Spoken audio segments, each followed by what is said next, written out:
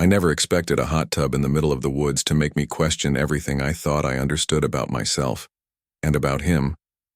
It was supposed to be a chill weekend getaway, just the two of us, like we used to do back in college. Rent a cozy cabin, bring too much junk food, pretend we knew how to grill, and talk about everything and nothing until the stars came out.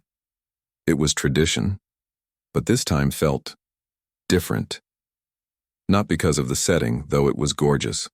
Pine, trees towering like cathedral walls, the scent of cedar in the air and the subtle hush of wind through branches. But because something had shifted in me, and I wasn't sure when it started.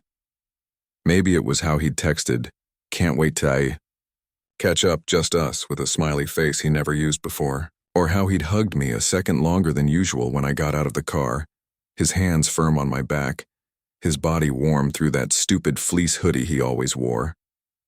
I laughed it off like I always do, but it stuck with me.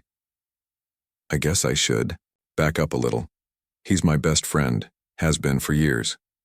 We met sophomore year, both late to the same philosophy class, both unreasonably sarcastic, both somehow thinking arguing about moral theory made us cool. It didn't, but we became inseparable. He was loud where I was quiet, impulsive where I hesitated, and yet we just clicked. He was my person. Even now, standing on the creaky wooden porch of this rented cabin, watching him fiddle with the grill like he's on some kind of cooking show, I can't stop watching him. The way his hair falls over one eye when the wind picks up, the way he chews his lip when he's focused, the soft curve of his jaw where stubble is just starting to grow in. It's like noticing a painting you've walked past 100 times and suddenly realizing it's beautiful. "I'm telling you," he says, turning to me with a grin, "if this steak comes out anything less than perfect, it's the grill's fault." "Obviously," I reply, smirking. "Your ego's too delicate to blame your own cooking." He laughs and something in my chest tugs. I look away quickly, pretending to check my phone, though there's no signal out here. Of course there isn't. That was the point, no distractions, just us. When we booked this trip, I told myself it was just nostalgia, but standing here, watching him joke around, my heart stuttering every time our eyes meet a second too long, I'm starting to wonder if nostalgia is just a cover for longing. Later that night, we unpacked our groceries and set up the Bluetooth speaker he brought, letting a lo-fi playlist float through the warm night air. The cabin had a small hot tub tucked into a private corner of the deck, shielded by a tall wooden privacy fence and an overhead pergola draped with string lights. It looked romantic. Too romantic. I told myself I was overthinking it, but the thought sat like a pebble in my shoe. "Hot tub's heating up," he said after dinner, tossing me a towel. "Don't pretend you're not dying to get in." I made some half-hearted protest, but truthfully, I was. I just wasn't sure if I was more afraid of the water being too hot, or what I might feel once we were in it alone, inches apart with nowhere to hide. We met 6 years ago in the most unglamorous way imaginable, both of us running late for an 8 a.m. philosophy lecture, tumbling through the heavy double doors at the exact same time, and colliding shoulder first like we were in a bad sitcom. I muttered something like, "Nice of you to make an entrance," and he shot back with, "Just making sure everyone knows who the real star is." That was it. We sat next to each other, shared notes when we forgot our laptops, and eventually started grabbing coffee after class. He was easy to talk to. Too easy. The kind of guy who'd ask a deep question one minute, like whether we're all just chasing versions of ourselves, and then follow it up by ranking the best candy bars like it was a matter of life and death. He made contradictions feel charming. I think I knew even then in some quiet way that he mattered more to me than I let myself believe. Over the years, we grew into each other's lives like ivy. Summer road trips, late-night study sessions, bad movie marathons. We knew each other's playlist by heart. When he got dumped 2 years ago, he crashed at my apartment for 3 nights straight and cried into my hoodie. When I bombed a job interview, last year he drove 30 minutes just to drop off donuts and sit with me on the fire escape. This trip was supposed to be another notch on that long list of shared memories, another snapshot of us being us. But this time something's different. And I think we both feel it, even if we haven't said it out loud. Earlier today, we went on a hike up to a ridge that overlooks the valley. I knew he was exhausted halfway up, but he kept pushing, mostly, to make fun of me for taking grandpa breaks every few minutes. At the top, we just sat there sweaty and out of breath, not saying much. I glanced over at him, his eyes closed, his chest rising and falling. And I felt it again. That thing. The ache that's been growing louder lately. The need to say something. To do something, but I didn't. I just picked at the label on my water bottle and forced myself to look away. Back at the cabin, we decided to crash early. We'd brought sleeping bags, but only one air mattress. A stupid oversight that we'd laughed off during the drive. "I call dibs," he said, flopping dramatically onto the mattress. "You weigh like 100 more pounds than me," I protested. "You'll deflate it before morning." "Then you should sleep on me," he joked, grinning up at me from the floor. Human mattress. Eco-friendly. I rolled my eyes so hard it hurt, but I couldn't hide the warmth crawling up my neck. I grabbed my sleeping bag and stretched it out next to his, pretending not to notice when his hand brushed mine for just a second too long. He didn't pull away right away. Neither did I. We lay there in the dark, shoulders almost touching, listening to the crickets outside and the occasional pop from the wood walls cooling in the night. He shifted a little closer at one point, so subtle I might have imagined it, and when he whispered, "Remember that haunted motel in Utah?" I let out a soft laugh. How could I forget? You screamed louder than the girl in the horror movie we watched. Lies. You screamed too. I screamed because you screamed. That's fair. The conversation drifted from memory to memory, each one peeling back a little more of the years we'd stacked between us. I kept stealing glances in the dark, trying to memorize the way his profile looked in the faint light from the window. There was a moment, just one, where he turned. His head and caught me looking. He didn't say anything, just gave me this quiet little smile before turning back. I don't know why that smile felt like a secret we were both keeping. Later, after he fell asleep, I couldn't stop replaying things in my head. The brush of his hand, the softness in his voice, the way he kept scooting closer without ever crossing the line. Maybe I was overthinking. I usually do. But maybe he was thinking the same thing. Maybe neither of us knew how to say it yet. Tomorrow we're planning to hang out in the hot tub after breakfast. He mentioned it casually. Let's soak in the morning before it gets hot out. But something about the way he said it, not quite meeting my eyes, made my chest tighten. Maybe it's nothing. Or maybe it's the beginning of something that's been waiting to happen for a long time. Either way, I'm not sure how much longer I can pretend I don't feel this. That. I don't look at him and want something more.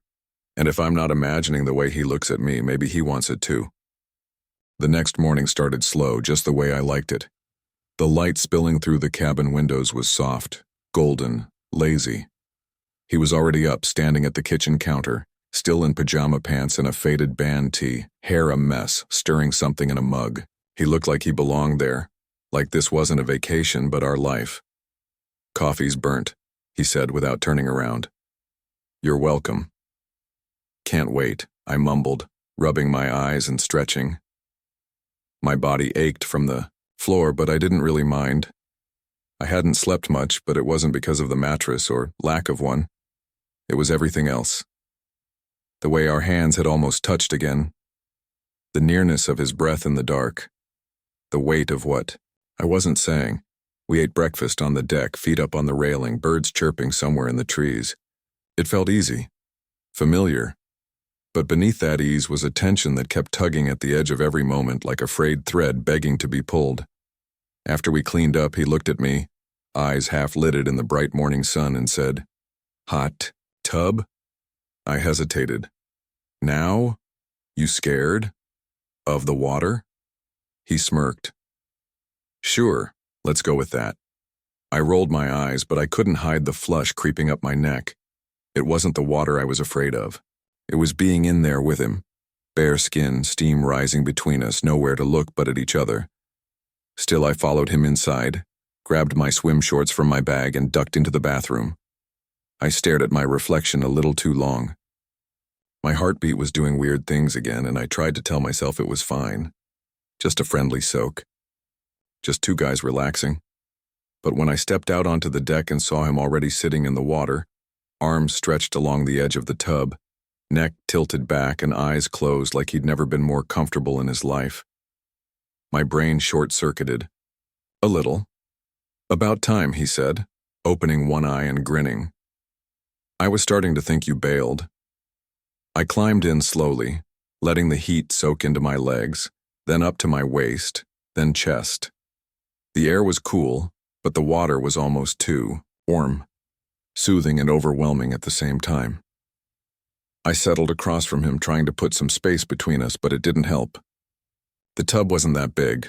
Our knees brushed under the surface, his foot bumped mine and stayed there. I froze. "You okay?" he asked. "Yeah," I said quickly. "Just hot." He laughed softly. "You get used to it." Then he leaned back, again, his foot still lightly touching mine as if he didn't even notice. But I noticed. I felt it everywhere. For a while we didn't say much. Just sat there, the bubbles humming low, steam curling in the air. Every time he moved, my eyes followed, the way the water beaded on his collarbone, the slope of his neck, his fingers lazily tracing circles on the tub's edge. I was losing it. "You've been quiet," he said suddenly. I blinked. "Just thinking." "Dangerous," he teased, nudging my leg again. This time it felt intentional. "Shut up," he smiled, but then his face softened. "You've been weird since yesterday. Everything good?" I wanted to lie. I wanted to say it was nothing, that I was just tired or stressed or hung up on work. But the way he was looking at me, genuinely, quietly, it broke something open. "I don't know," I said finally. He tilted his head. "You don't know if things are good?" I looked down at the water. I don't know how to say some things. The silence that followed wasn't uncomfortable. It was heavy. Real. I could feel him watching me, even as I stared at my hands under the water. "Try me," he said, voice low, and for a second I almost did. I almost told him that every second in this tub was killing me, that I couldn't stop thinking about him, that I didn't know when friendship had stopped being enough. But instead I shrugged and gave him a weak smile. He didn't push, just let out a breath and said, "Okay, when you're ready." That, more than anything, made my chest ache. We stayed in the tub longer than I thought we would. Eventually he moved to sit beside me instead of across. Said the sun was in his eyes, but I knew better. His thigh pressed against mine under the surface. Neither of us pulled away. At one point he reached for the drink he'd left on the ledge, and his arm brushed across my chest. Just skin against skin. Nothing scandalous, but my breath caught. He must have noticed because he looked at me then, really looked, and the air shifted. His expression softened, like he saw something in my face I hadn't meant to show. "You're shaking," he said quietly. "I'm not." He gave me a look. "You kinda are." I didn't answer. Couldn't.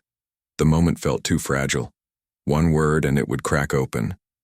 But he didn't press. Instead, he reached out, slowly, carefully, and placed his hand on my knee under the water, warm, gentle, firm. And for the first time I didn't move, didn't joke, didn't hide. He left his hand there, not moving, not pushing, just there.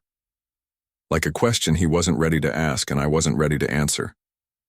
When we finally got out, the air felt colder than it should have. We dried off in silence, wrapped in towels and unfinished thoughts. He glanced at me once before going inside first. His look lingered. I didn't know what it meant. That night, we watched a movie on his laptop, lying side by side again on the floor. He didn't bring up the hot tub. Neither did I. But our shoulders touched and he didn't pull away. When he laughed at something on screen, he rested his head briefly against mine. And I let him. I think he knew. I think I knew that he knew. But knowing it and doing something about it felt like two entirely different cliffs to jump from, and I wasn't sure if I was ready to fall. The next day passed in this strange in-between space, like we were orbiting something neither of us had the courage to land on.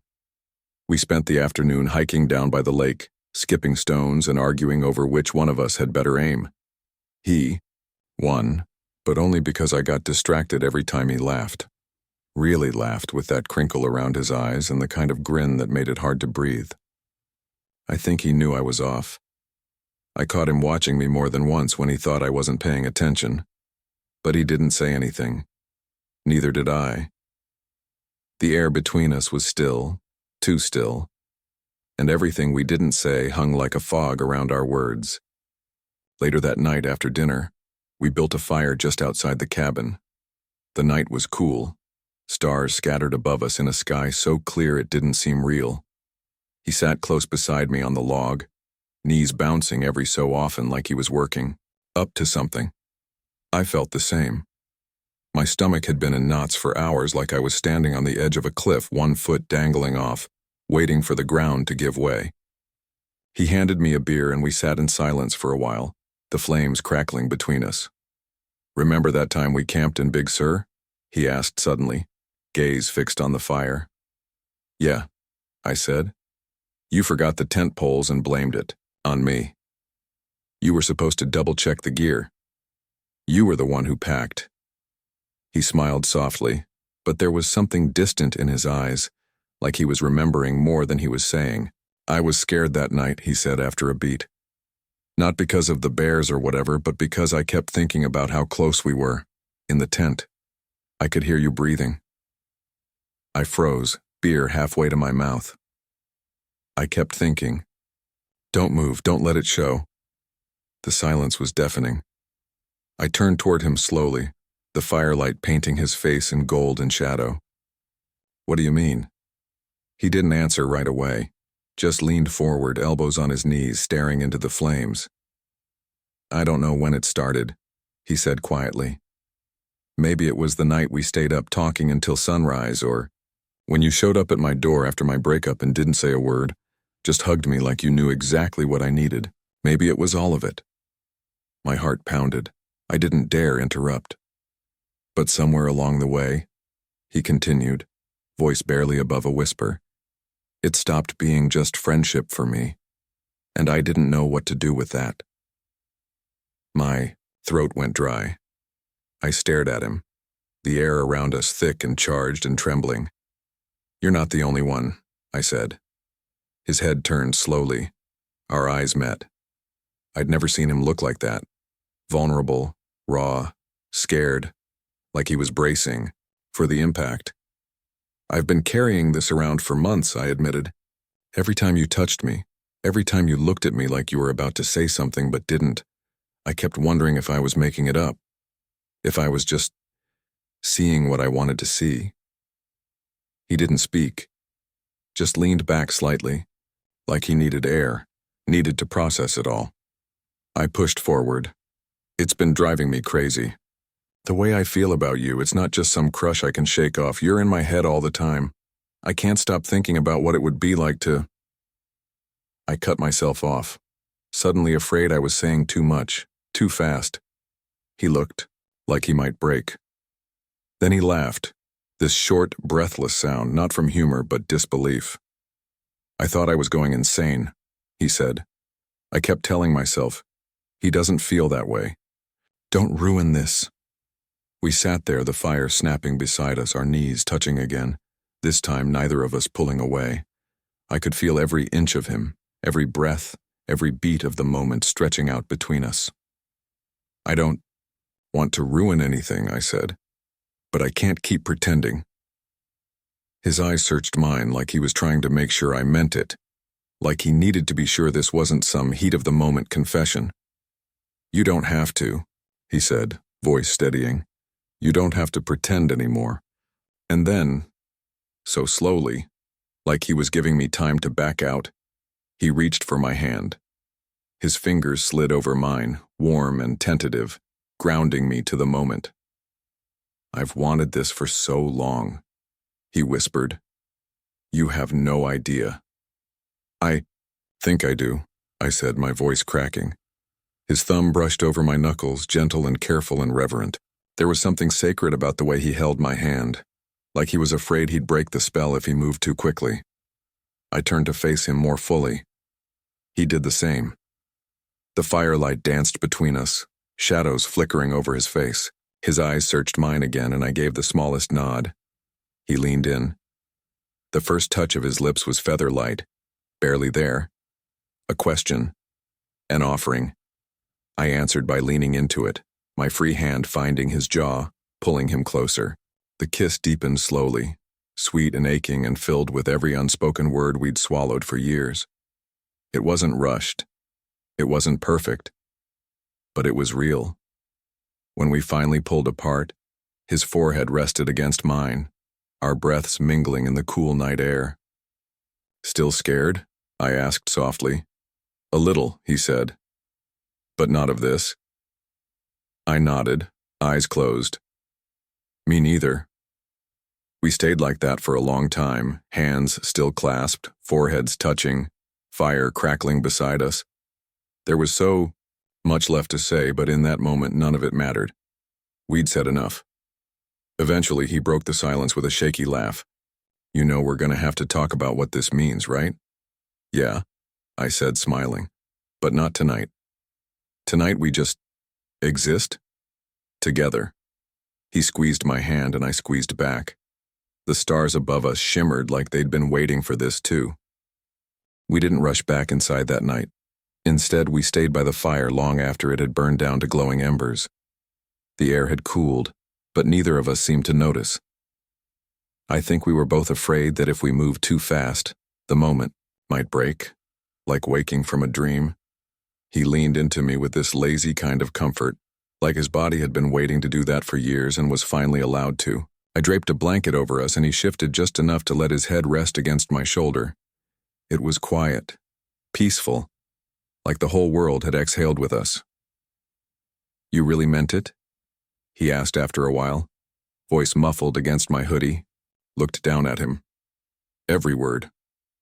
He turned his head, chin propped on my chest now, eyes catching the faint glow from the firelight. "Even the part about thinking about me all the time?" I smirked. "Especially that part.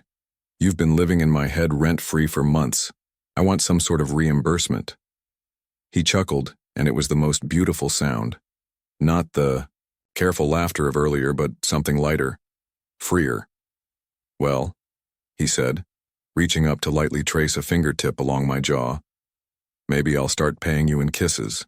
My breath caught a little at that, but I recovered quickly. "That seems like a fair rate." He leaned up and kissed me again, soft, slow, like we had all the time in the world now. And maybe we did. Later we lay side by side in the cabin, on top of the blankets with just the moonlight slipping through the window. We weren't quite ready to sleep. The air was filled with the quiet rhythm of shared breathing and the occasional squeeze of fingers intertwined between us. "I feel like I'm still dreaming," he whispered. "I checked earlier. You drooled a little. Definitely real." He laughed and lightly swatted my arm. "Ass." "Hey, just trying to keep it romantic." He turned onto his side to face me. "What does this mean for us? Like, when we go home? What happens?" I appreciated that he asked. It was easy to get caught up in the magic of the moment, but this wasn't a movie. We had lives, routines, families, all of it. And yet, lying there with him, everything seemed simpler. "I don't know all the details yet," I said honestly. "But I know I want this, I want us." He nodded slowly. "Me too." There was a pause. "Even if it's messy?" "Especially if it's messy," I said. "We've seen each other at our worst already. The rest will be cake." He smiled, but looked thoughtful. I never thought I'd be here. With you. Like this. For so long I was scared that if I let it show, you'd pull away." I shifted closer, touching my forehead to his. "I almost did. So many times. I talked myself out of it because I couldn't risk losing you." He brushed his thumb over my cheek, soft and steady. "But you didn't." "No," I whispered. "I didn't." We lay there in the silence that followed, not awkward or heavy, just full of everything we didn't have to say anymore. It was the kind of silence that only comes after telling the truth. At some point, I curled against his chest, and he wrapped his arm around me like it was second nature. I could feel his heart beating slow and steady under my ear. "Can I tell you something weird?" he asked after a while. "Of course." Earlier, before we kissed, I was terrified. But when it happened, it felt so right. It was like my body already knew, like it had just been waiting for the green light. I smiled. "I get that. It wasn't like fireworks for me exactly. More like coming home." He exhaled, deep and content. "Yeah, that." His fingers played absently with mine, tracing over my knuckles, interlocking and unlocking them in quiet rhythm.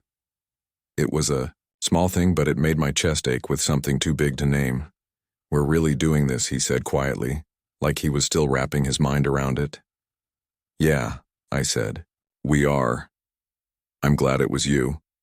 That made my throat tighten. I kissed his collarbone in response and let myself feel every part of the moment. His warmth, his scent, the way his arms fit perfectly around me. No more pretending. No more wondering. It was just us now. And for the first time in a long time, that was more than enough. The next morning I woke up to sunlight pouring through the cabin window and his arm draped across my waist. For a moment I didn't move. I just listened. To the birds outside, to the soft rhythm of his breathing, and to the quiet voice inside, me that no longer carried doubt. There was no fear when I looked at him now, only this unfamiliar sense of calm. Like the pieces had finally clicked into place. He stirred, shifting against me, and then blinked up with sleep-heavy eyes and a crooked smile. "Morning," he said, voice low and warm. "Hey," I replied, my hand finding his. We stayed like that for a while, wordless and tangled, not quite ready to face the world beyond the four walls of this cabin. There was no rush. No one was waiting for us to explain how two best friends had fallen into something deeper in the span of a single weekend. Eventually, we rolled out of bed, reluctantly, and took our coffee outside. The air was crisp and the lake shimmered like glass. Everything looked the same as it had when we arrived, but somehow it all felt different now. Or maybe we were the ones who had changed. He was wearing my hoodie, sleeves too long, hands tucked inside. I watched him sip from his mug, hair still messy from sleep, and I had to stop myself from smiling too much. But he caught me anyway. "What?" he asked, brow raised, a playful smirk tugging at his lips. "Nothing," I said, sipping my own coffee. "Liar," he said, nudging my knee with his.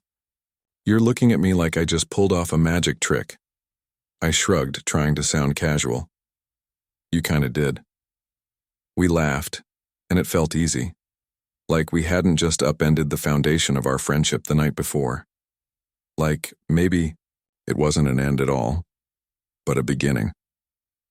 As we packed up the cabin later that day, I found myself watching him fold his clothes, unplug chargers, and neatly zip his duffel bag. All normal things, mundane even.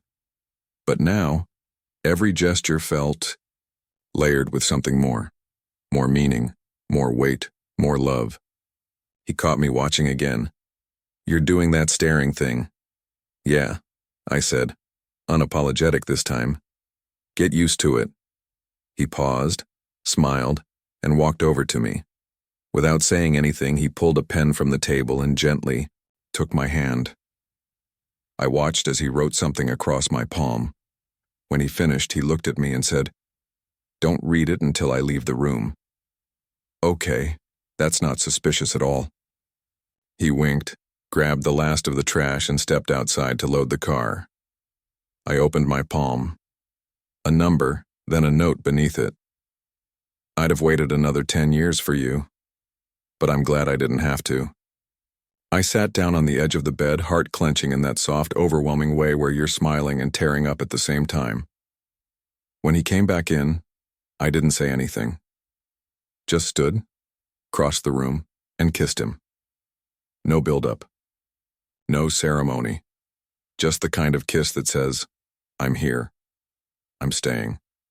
Later, as we drove back toward the city, music low, his hand found mine on the center console and stayed there. Neither of us said much for the first hour, just exchanged glances and smiles like we were still getting used to the feel of us. As we reached the edge of town, he cleared his throat. So, what now?